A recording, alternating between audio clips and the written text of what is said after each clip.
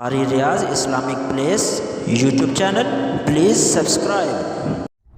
والدین اگرچہ کافر اور مشرک کیوں نہ ہوں، حسن سلوک اور خدمت ان کا حق ہے۔ عن اسماء بنت ابی بکر رضی اللہ تعالی عنہما قالت قدمت علی امی وہی مشرکۃ فی عہد قریش اذا عاہدوا رسول اللہ صلی اللہ علیہ وسلم ومدتهم مع ابیہا فاستفتت رسول اللہ صلی اللہ علیہ وسلم فقالت یا رسول اللہ ان امی قدمت علی وہی راغبۃ افاصلها قال نعم صلیہا، رواہ البخاری و مسلم۔ حضرت اسماء بنت ابی بکر رضی اللہ تعالی عنہما، یہ حضرت اسماء جو ہے حضرت ابو بکر صدیق رضی اللہ تعالی عنہ کی بیٹی ہیں۔ حضرت عائشہ رضی اللہ تعالی عنہ بھی نبی پاک صلی اللہ علیہ وسلم کی بیٹی ہیں، لیکن حضرت اسماء دوسری ماں سے ہیں، حضرت عائشہ رضی اللہ تعالی عنہ دوسری ماں سے ہیں۔ حضرت اسماء کی جو والدہ تھی ان کا نام قتیلہ بن عزہ تھا۔ یہ مشرکہ تھی، یہ مسلمان نہیں ہوئی تھی، اور یہ حضرت ابو بکر صدیق رضی اللہ تعالیٰ عنہ کے نکاح میں تھی، لیکن زمانہ جاہلیت کے اندر، یعنی ابھی تک مسلمان نہیں ہوئے تھے، اس سے پہلے ہی حضرت ابو بکر صدیق نے اس کو طلاق دے دی تھی، پہلے ہی زمانہ جاہلیت کے اندر۔ تو پھر بھی یہ مسلمان نہیں ہوئی تھی، اسی اپنے مذہب پر ہی رہ گئی تھی، لیکن اب یعنی بعد میں جب طلاق ہو گئی تو پھر ابو بکر صدیق کی بیوی تو نہ رہی نا۔ باقی دوسری جو بیوی تھی حضرت عائشہ رضی اللہ تعالی عنہا کی جو والدہ تھی وہ مسلمان ہو گئی تھی۔ باقی یعنی سارا خاندان حضرت ابو بکر صدیق رضی اللہ تعالی عنہ کا سارا خاندان، گھر والے جو ہے مسلمان ہو گئے تھے۔ باقی ایسا تقریباً میرے خیال میں کوئی ایسا صحابی نہیں جس کا سارا گھر والے سارا خاندان مسلمان ہوا ہو۔ یہ حضرت ابو بکر صدیق رضی اللہ تعالی عنہ کو اللہ نے یہ خصوصیت دی تھی۔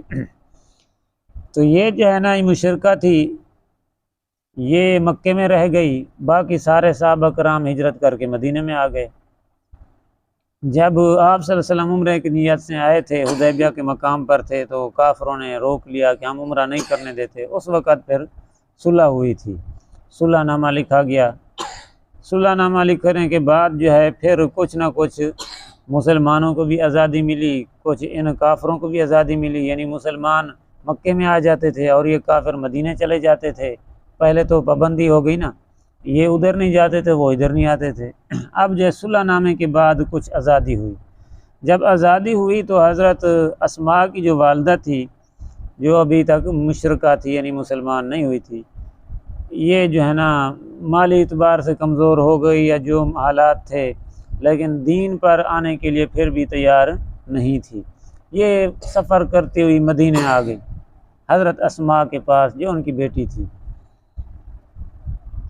یہ نبی کریم صلی اللہ علیہ وسلم کے پاس چلی گئی حضرت اسماء، اللہ کے رسول میری اماں میرے پاس آئی ہے اور وہ ہے مشرک، ابھی تک وہ مسلمان نہیں ہوئی اور نہ وہ ہمارے دین کو پسند کرتی ہے، نہ وہ آنا چاہتی ہے۔ اللہ کے رسول اب کچھ وہ کمزور بھی ہے مالی حساب سے، میری طرف کچھ خواہش رکھتی ہے کہ میں اس کی مدد کروں، تو اللہ کے رسول مجھے مسئلہ بتائیں، کیا میں کروں؟ اس اماں کے ساتھ حسن سلوک کروں، اس کی خدمت کروں یا نہ کروں؟ ہے تو مشرک۔ آپ صلی اللہ علیہ وسلم نے فرمایا نعم صلیہا، اس کے ساتھ تو اچھا سلوک کر، اس کی خدمت کر، جیسے بیٹی کے اوپر ماں کا حق ہوتا ہے، جیسے بیٹی ماں کا خدمت کرتی ہے ویسے تو اس کی خدمت کر، ٹھیک ہے نا؟ اگرچہ کافر ہے، مشرک ہے، وہ اپنا حساب خود دے گی، لیکن تیری ماں ہے تو اس کی خدمت کر۔ تو دیکھیں نبی کریم صلی اللہ علیہ وسلم نے کیا جنتی ارشادات فرمائے ہیں۔ آپ صلی اللہ علیہ وسلم نے کیا ہی خوبصورت ماحول آپ صلی اللہ علیہ وسلم نے بنایا کہ ماں باپ کو آپس میں، بچوں کو آپس میں لڑایا نہیں بلکہ محبت کا درس دیا ہے۔ آج تو حالات ایسے بنے ہوئے ہیں کہ ماں اگر بوڑھی ہو جائے تو بھائی آپس میں لڑ پڑتے ہیں، وہ کہتا ہے تو خدمت کر، وہ کہتا ہے تو خدمت کر، یعنی خدمت کرنے کے لیے تیار کوئی نہیں ہوتا ہے، ہر کوئی جان چھڑانے کے لیے تیار ہوتا ہے۔ وہ واقعہ ایک لکھا ہے، کہتے ہیں کہ بھائیوں کا آپس میں جھگڑا ہو گیا، جائیداد پر جھگڑا ہو گیا، انہوں نے کہا میں اتنا لیتا ہوں، دوسرا کہتا میں اتنا لیتا ہوں، جھگڑا ہو گیا۔ چھوٹا چھوٹا جو بھائی تھا نا، اس نے کہا بھائی میری بات سنو، تم جو ہے نا ساری جائیداد لے لو تم دونوں بھائی، مجھے اماں دے دو، یا جو ہے تم اماں لے جاؤ ساری جائیداد مجھے دے دو۔ انہوں نے کہا جہاں تو اماں تکڑی کر، ہمیں جائیداد ہم لے جاتے ہیں۔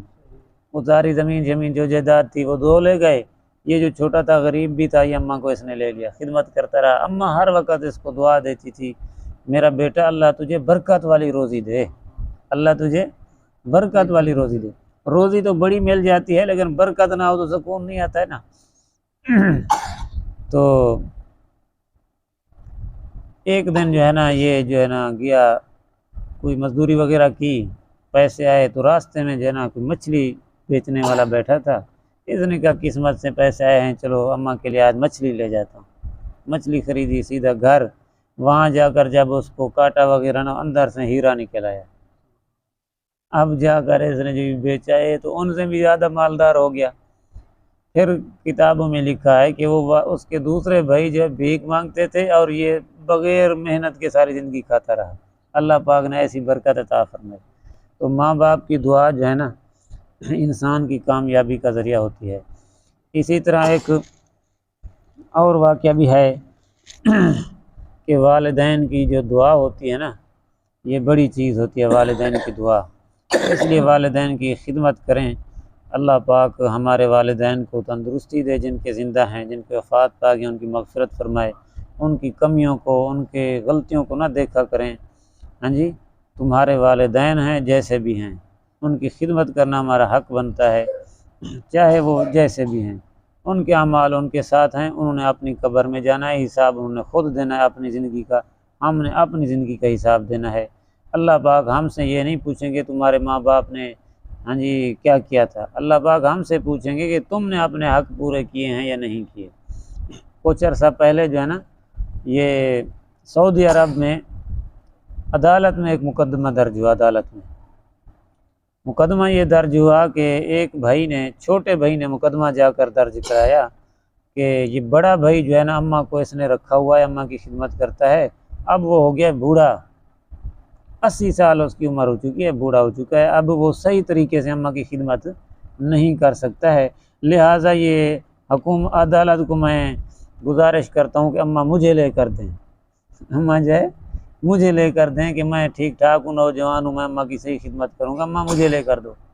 بڑا کہتا تھا میں نہیں دیتا ہوں، وہ کہتا تھا نہیں میں نے لینی ہے، جھگڑا ہو گیا اس بات پر، جھگڑا ہوا تو مقدمہ عدالت میں چلا گیا، عدالت نے بڑے کو بلا لیا، جب عدالت نے دیکھا اس کی حالت بوڑھا ہو گیا، ضعیف ہو گیا، کمزور، تو عدالت نے نا کہا کہ ایسے کرو اس کی اماں کو بلاؤ۔ جب اماں کو بلایا گیا تو ہاں اماں تو کس کے پاس رہنا چاہتی ہے، بڑے کے پاس یا چھوٹے کے پاس؟ اس نے کہا جج صاحب میرے تو دونوں بیٹے ہیں، وہ بھی میرا آنکھوں کا تارا ہے، یہ بھی میری آنکھوں کا تارا ہے، میں کس کو ناراض کر سکتی ہوں، جیسے تو فیصلہ کر دے بس میں راضی ہوں۔ جج نے کہا میرا فیصلہ ہے تو چھوٹے کے ساتھ رہے، بڑے کی جان چھوڑ۔ بڑے کو کہا بھی تم خوشی سے اجازت، اس نے کہا میں تو نہیں دیتا ہوں اجازت، اماں کی دعائیں حاصل کر رہا ہوں، اماں کی خدمت حاصل کر رہا ہوں، اس سے بڑی نیکی تو میرے پاس اور کوئی نہیں ہے، میں کہتا ہوں آخر تک اماں میرے پاس رہے۔ اس نے کہا نہیں، جج نے کہا تو بوڑھا ہو چکا ہے، اب تو خود محتاج ہے، تو اس کی کیسے خدمت صحیح نہیں کر لے گا، لہٰذا تو چھوٹے کو دے دے اماں۔ بس وہاں پر نا بوڑھا دھاڑیں مار مار کے رونا شروع کر دیا، ہے میرا اللہ، ہے بڑھاپا، کیا ظلم کیا تو نے میرے اوپر، آج اماں بھی مجھ سے چھین لے گی ہے۔ ہاں جی، یعنی یہ محبت تھی ان لوگوں کی۔ ایسے بھی نیک لوگ ہیں جو ماں باپ کی خدمت کرنے والے ہیں، یہی لوگ حقیقت میں جنتی لوگ ہیں، یہی لوگ ہیں جو دین کو سمجھنے والے لوگ ہیں۔ آج ہمارے حالات دیکھیں، ماں باپ کو دھکے دیتے ہیں، گالیاں دیتے ہیں، لڑتے ہیں، ہاں جی بولتے نہیں ہیں، کئی لوگ دیندار اچھے بھلے نمازی ماں باپ کے ساتھ بولتے نہیں، کئی ہاں جی سال گزر گئے، کہتے ہیں بھئی میں جو ہے نا، اگلے دن ایک ساتھی مجھے ملا ہمارے چک کا ہے، کہتا ہے کہ استاد جی میں نے اپنا گھر بیچنا ہے، وہ دونوں ماں باپ اور بیٹا نا اکٹھے بیٹھے ہوئے، اکٹھے گھر، میں نے بیچنا ہے۔ بھائی کیوں بیچنا ہے؟ میں تنگ ہو گیا ہوں ابے سے، بس میں نے کہا کیوں کیا ہو گیا اللہ کے بندے؟ استاد جی میں ہاں جی مال بدھے نا ابا آتے والا اتھا اپنا مال چ بدھے کھڈے لگ وے ول جرائے سدھی کرنا نہیں جا ول بئی جاتے قلعہ مرنے والے اتھا کھڈے لگ وے ول بئی جاتے میں خام خام میں کو تنگ کرن واسطے ہی میں کرنے ابا ہاں جی ہوں دیکھو نا مسئلہ، دیکھو مسئلہ کون سا ہے، صرف وہ جانور باندھتا ہے ابا، اس پر بھی بیٹا راضی نہیں ہو رہا ہے، میں نے بس جان چھوڑنی ہے اب میں اس کے ساتھ رہتا ہوں، مجھے ذلیل کرتا ہے بس۔ مسئلہ کیا ہے؟ مسئلہ یہ جانور آ کر بھی سیدھی جگہ پر باندھتا ہے، کھڈے لگ جاتے ہیں اس کو سیدھا نہیں کرتا، دوسری جگہ پر باندھ دیتا ہے، میں نے گھر بیچنا ہے بس۔